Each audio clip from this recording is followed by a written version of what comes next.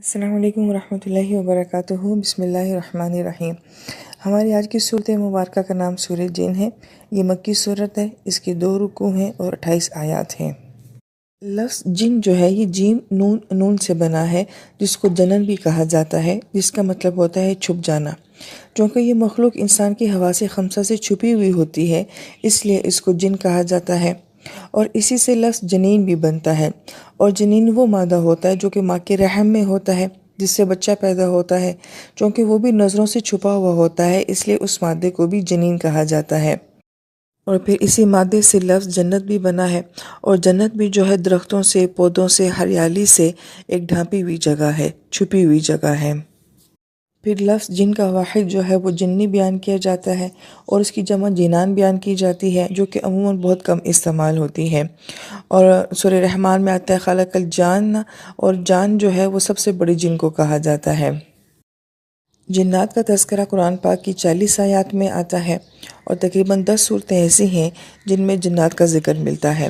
جنات کے بارے میں سب سے اہم بات جو جاننے والی ہے وہ یہ ہے کہ یہ مخلوق ہماری نظروں سے چھپی ہوئی ہے، ہم اس کے بارے میں کچھ نہیں جانتے، لہٰذا جتنا ہمیں قرآن بتائے گا ہم اتنا ہی بتا سکتے ہیں، اور جو بات ہمیں قرآن نے نہیں بتائی ہم اس کے بارے میں کوئی دعویٰ نہیں کر سکتے ہیں۔ یہی وجہ ہے کہ اس صورت مبارکہ کی تفسیر بھی اتنی زیادہ نہیں ہے، اور اس مخلوق کے بارے میں معلومات بھی اتنی زیادہ نہیں ہے۔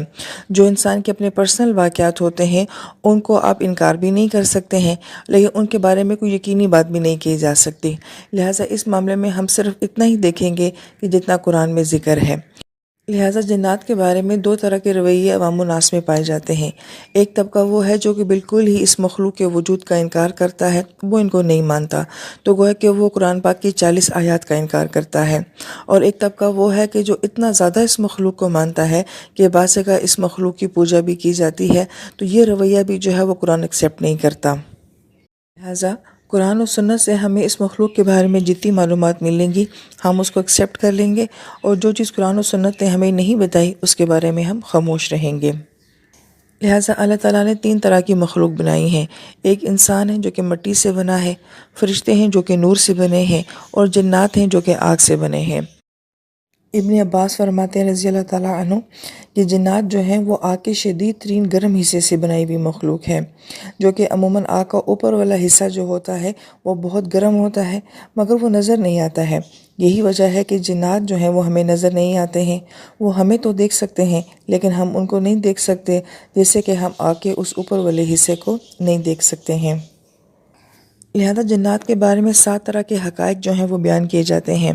پہلی بات یہ کہ انسان اور جن دونوں شریعت کے پابند ہیں، اور دونوں کو اختیار بھی دیا گیا ہے کہ وہ اچھا بھی کر سکتے ہیں اور برا بھی کر سکتے ہیں۔ لہٰذا ہم سورہ جن میں بھی دیکھتے ہیں کہ اچھے جنات کا تذکرہ بھی آتا ہے اور برے جنات کا تذکرہ بھی آتا ہے۔ دوسری بات یہ کہی جاتی ہے کہ انسان جو ہے مٹی سے بنا ہے، اور جنات جو ہیں یہ آگ کی تخلیق سے بنے ہیں۔ اور تیسری ان کے بارے میں یہ بات بیان کی جاتی ہے کہ آدم علیہ السلام کے بعد انسانوں کے جو نبی ہیں وہی اس مخلوق کے بھی نبی ہیں، یہاں تک کہ آپ صلی اللہ علیہ وآلہ وسلم کی نبوت جو ہے وہ جنات کے لیے بھی ہے، کیونکہ آپ علیہ السلام رحمت للعالمین ہیں۔ چوتھی بات ان کے بارے میں کہی جاتی ہے کہ جن ہمیں دیکھ سکتے ہیں لیکن ہم ان کو نہیں دیکھ سکتے ہیں، بلکہ حدیث پاک سے یہ بات بھی ثابت ہوتی ہے کہ ہر انسان کی پیدائش کے ساتھ ایک جن یا شیطان جو ہے وہ ہمارے ساتھ ہوتا ہے، جس کو قرین کہا جاتا ہے۔ آپ صلی اللہ علیہ وآلہ وسلم سے یہ سوال کیا گیا تھا کہ اللہ کے نبی، اگر ہر انسان کے ساتھ یہ ہوتا ہے تو کیا آپ علیہ السلام کے ساتھ بھی کوئی شیطان ہے یا جس کو جن کہا جائے وہ ہے؟ آپ علیہ السلام نے فرمایا تھا کہ میرے ساتھ بھی ہے، لیکن میرا شیطان مسلمان ہو چکا ہے۔ لہٰذا جس کا ایمان جتنا زیادہ مضبوط ہوتا ہے تو انسان اس مخلوق کے اوپر حاوی ہوتا ہے، اور نبی علیہ السلام سے افضل کوئی انسانیت میں آیا نہیں ہے، لہٰذا آپ علیہ السلام کا یہ اعزاز ہے کہ آپ کا شیطان جو ہے وہ مسلمان ہو چکا تھا۔ اس لیے اہل علم یہ فرماتے ہیں کہ جس کا ایمان جتنا زیادہ مضبوط ہوگا یہ مخلوق اتنی ہی کمزور ہوگی، اور جس کا ایمان جتنا زیادہ کمزور ہوگا یہ مخلوق اتنی ہی زیادہ مضبوط ہوگی۔ یہی وجہ ہے کہ حضرت عمر رضی اللہ عنہ کے بارے میں نبی علیہ السلام نے کیا فرمایا تھا کہ عمر، تم جس راستے سے گزرتے ہو اگر اس راستے سے شیطان آ رہا ہو تو تمہیں دیکھ کے وہ اپنا راستہ بدل دیتا ہے۔ تو اس کی کیا وجہ ہے کہ وہ کیوں حضرت رضی اللہ عنہ کو دیکھ کے اپنا راستہ بدلتا تھا؟ کہ آپ کے ایمان کی طاقت سے وہ ڈرتا تھا۔ لہٰذا اس مخلوق کے متعلق جو ہے ہمارا ایمان مضبوط ہونا چاہیے۔ 5ویں بات یہ کہی جاتی ہے کہ جنات جو ہوتے ہیں وہ ساری زبانیں جانتے ہیں، اور اس کی وجہ یہ ہے کہ وہ دنیا میں ہر جگہ ٹریول کر سکتے ہیں، کسی بھی ملک میں جا سکتے ہیں، کسی بھی بستی میں جا سکتے ہیں، لہٰذا ان کو ہر طرح کی زبان بولنے آتی ہے۔ اور پھر روایات سے یہ بات بھی ثابت ہوتی ہے کہ جنات کو یہ بھی صلاحیت دی گئی ہے کہ وہ اپنی شکل تبدیل کر سکتے ہیں۔ حدیث پاک میں یہ آتا ہے کہ جب تم اپنے گھر میں سانپ کو دیکھو تو 3 مرتبہ یہ کہو کہ ہمارے گھر کو چھوڑ دو۔ اللہ کا نام لے کے اس کو یہ کہو کہ اگر تم جن مخلوق ہو تو ہمارے گھروں سے نکل جاؤ، تو اگر تو وہ جن ہوا تو تمہارا گھر چھوڑ دے گا، اور اگر وہ جن نہ ہوا تو پھر وہ سانپ ہے، پھر تم اس کو قتل کر دو۔ اور بعض علماء کرام نے فرمایا کہ جیسے شیطان جو ہوتا ہے وہ گدھے میں بھی آ جاتا ہے، اور جنات اور شیاطین جو ہیں کچھ مکس طرح کی مخلوق بھی ہو جاتی ہیں یہ، اور پھر یہ بھی کہا گیا کہ یہ کبھی کتے کی شکل میں بھی آ جاتے ہیں۔ اس سے یہ مطلب نہیں ہوتا کہ ہر کتے کے اندر ہی شیطان ہوتا ہے، لیکن کہا گیا کہ اگر یہ ہو اپنی شکل اگر تبدیل کریں تو عموماً یہ کالے کتے میں زیادہ آتے ہیں، تو گویا کہ یہ اپنی شکل تبدیل کرنے کی صلاحیت رکھتے ہیں، اور پھر یہ صدیوں صدیوں زندہ رہتے ہیں، یہ بہت قدیم ہوتے ہیں۔ جیسے کہ سورہ جن کی تفسیر میں بھی یہ بات آتی ہے کہ جو جنات نبی علیہ السلام سے ملے تھے وہ موسیٰ علیہ السلام کے دور کے تھے، لہٰذا ان کی عمریں بہت طویل ہوتی ہیں۔ چھٹی بات جو ان کے بارے میں کہی جاتی ہے کہ ان کے اندر بھی مذاہب پائے جاتے ہیں، جیسے کہ سورہ جن میں بھی اس بات کا تذکرہ ہے کہ کچھ جن جو ہیں وہ مسلمان ہو گئے، کچھ جن ایسے تھے کہ جو کہ موسیٰ علیہ السلام کو مانتے تھے، لہٰذا ان میں ایمان والے بھی ہوتے ہیں اور کچھ کافر جنات بھی ہوتے ہیں اور کچھ اہل کتاب جنات بھی ہوتے ہیں۔ اور ساتویں بات ان کے بارے میں کہی جاتی ہے کہ جیسے انسانوں کے خاندان ہوتے ہیں ان کے بھی خاندان ہوتے ہیں، اور یہ بھی جذبات رکھتے ہیں، بالکل ایسے جیسے کہ ہمارے انسانی جذبات ہوتے ہیں۔ بعض اہل علم نے ان کے بارے میں یہ بات بھی بیان کی ہے کہ ان کی جو ذہنی سطح ہوتی ہے وہ زیادہ نہیں ہوتی ہے، کیونکہ ظاہر بات ہے اشرف المخلوقات صرف انسان ہے، علم صرف انسان کو دیا گیا ہے، ذہانت، عقل، صلاحیت جو ہے یہ صرف انسان کے اندر ہے، لہٰذا اس مخلوق کے اندر پاور بہت زیادہ ہے۔ یہی وجہ ہے کہ سلیمان علیہ السلام کے ہم جب پڑھتے ہیں قرآن پاک میں قصہ، تو اس میں ان کے سے جو کام لیا جاتا رہا ہے وہ بہت ٹف کام لیا جاتا رہا ہے، اور مزدوری کا کام، لیبرنگ کا کام ان سے لیا جاتا رہا ہے، لہٰذا فزیکلی تو یہ مخلوق بہت مضبوط ہے، اللہ پاک نے اس کو بہت زیادہ قوتیں دی ہوئی ہیں، لیکن انٹلیکچولی جو ہے یہ قوم جو ہے وہ زیادہ بالغ نہیں ہوتی ہے۔ عموماً جو اہل علم فرماتے ہیں کہ 8-9 سال کے بچے کی طرح جو ہوتی ہے ان کی ذہنی سطح ہوتی ہے۔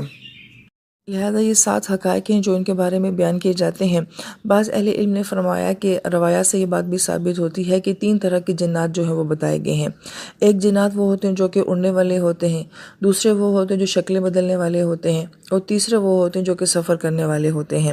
اور یہ مختلف جگہوں کے اوپر رہتے ہیں، اور عموماً جو ان کا مسکن ہوتا ہے وہ ویران جگہ ہوتی ہیں۔ جس جگہ کو بھی یہ غیر آباد دیکھتے ہیں یہ وہاں جا کے بسنا شروع کر دیتے ہیں، چاہے وہ شہر ہو، چاہے وہ جنگلات ہو، چاہے وہ بستیاں ہوں، یا ایون کوئی گھر خالی ہو۔ جب یہ خالی گھر کو دیکھتے ہیں تو یہ کہتے ہیں یہاں پہ انسان نہیں رہتا، تو پھر ہم جا کے رہنا شروع کر دیتے ہیں۔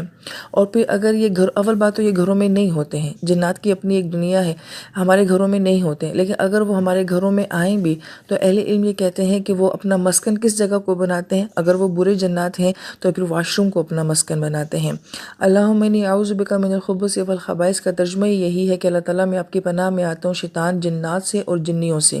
لہٰذا اس کا مطلب ہے کہ نبی علیہ السلام نے یہ دعا مانگی ہے تو یہ جگہیں جو ہیں وہ ان کا مسکن بن جاتی ہیں، شیاطین کا مسکن یہی جگہ ہوتی ہیں۔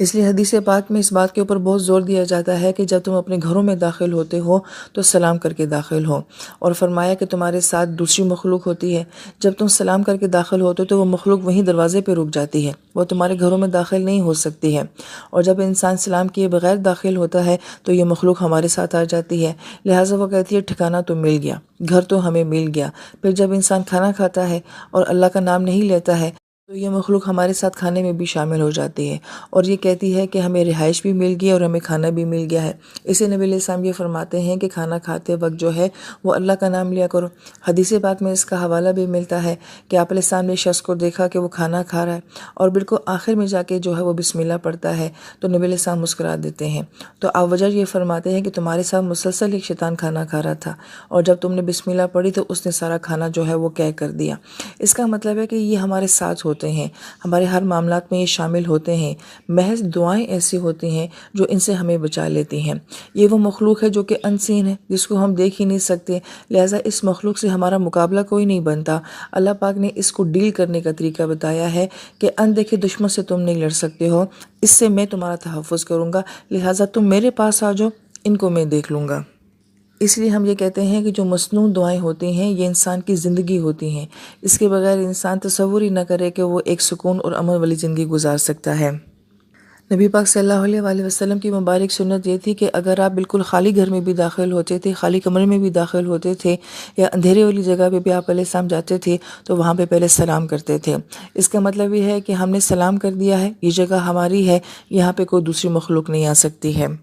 اس لیے آپ علیہ السلام یہ فرماتے ہیں کہ جب تم گھروں میں داخل ہو، کوئی موجود ہے یا نہیں ہے، دونوں صورتوں میں تم سلام کرو،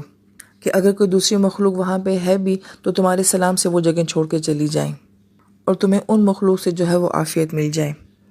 پھر اس ضمن میں اہل علم یہ بات بھی کہتے ہیں کہ عموماً یہ بات منسوب کی جاتی ہے کہ جنات صرف پاکستان میں ہوتے ہیں، ہندوستان میں ہوتے ہیں، باہر انگریزوں میں جنات کیوں نہیں ہوتے ہیں؟ تو یہ کہتے ہیں کہ جنات جو ہیں وہ ہر جگہ ہوتے ہیں، لیکن دراصل میں وہ لوگ اس کو نام کچھ اور دیتے ہیں، لہٰذا وہ اس کو ڈیمنز کا نام دیتے ہیں، سپر نیچرل کا نام دے دیتے ہیں، پیرا نارمل کا نام دے دیتے ہیں، پیرا سائیکولوجیکل کا نام دے دیتے ہیں، لہٰذا وہ ان کو ایک انہونی مخلوق کہہ دیتے ہیں اور بہت طاقتور مخلوق کہہ دیتے ہیں، لیکن ایکچولی ہوتی وہ جنات ہی ہے۔ یہی وجہ ہے کہ جو جنات کے بارے میں تصور ہے تقریباً ہر قوم میں پایا جاتا ہے، ہر طرح کی ہسٹری میں اس کا تصور پایا جاتا ہے۔ یہ جو انگلش فلمیں اتنی زیادہ بنتی ہیں، ویمپائرز کے اوپر بنتی ہیں، ڈیمنز کے اوپر بنتی ہیں، عجیب و غریب مخلوقات کے اوپر بنتی ہیں، دراصل میں یہ جن ہی ہوتے ہیں، اور اسی کنسیپٹ کو لے کے وہ لوگ آگے مختلف قسم کی مخلوقیں جو ہیں وہ متعارف کرواتے رہتے ہیں۔ یہاں پہ اہل علم جو ہے بڑی اہم بات یہ بھی کہتے ہیں کہ انسان ہماری آنکھوں کے سامنے موجود ہے، جسے ہم اپنے حواس خمسہ سے پہچان سکتے ہیں، مگر اس کے باوجود بھی ہم کسی انسان کے بارے میں دعویٰ نہیں کر سکتے کہ ہم اس کے بارے میں مکمل جانتے ہیں۔ ایون انسانی مخلوق کے بارے میں ہم یہ دعویٰ نہیں کر سکتے کہ ہم مکمل طور پہ اس کو جان چکے ہیں، تو جو مخلوق ہمیں نظر ہی نہیں آتی ہم اس کے بارے میں مکمل کیسے جان سکتے ہیں؟ لہٰذا ان کے بارے میں بہت ساری خرافات جو ہیں وہ معاشرے میں پائی جاتی ہیں، ان کے اوپر یقین نہیں رکھنا چاہیے۔ جتنا قرآن اور سنت نے اور بالخصوص سورہ جن سے جتنی بات ثابت ہے اتنا ہی ہمیں اس کے اوپر یقین ہونا چاہیے، اور باقی تمام باتوں سے جو ہے وہ پرہیز کرنا چاہیے۔ نہ اس مخلوق کو بہت زیادہ اپنے سروں کے اوپر سوار کر دینا چاہیے، اور نہ ہی اس کو بالکل اگنور کرنا چاہیے۔ واللہ اعلم۔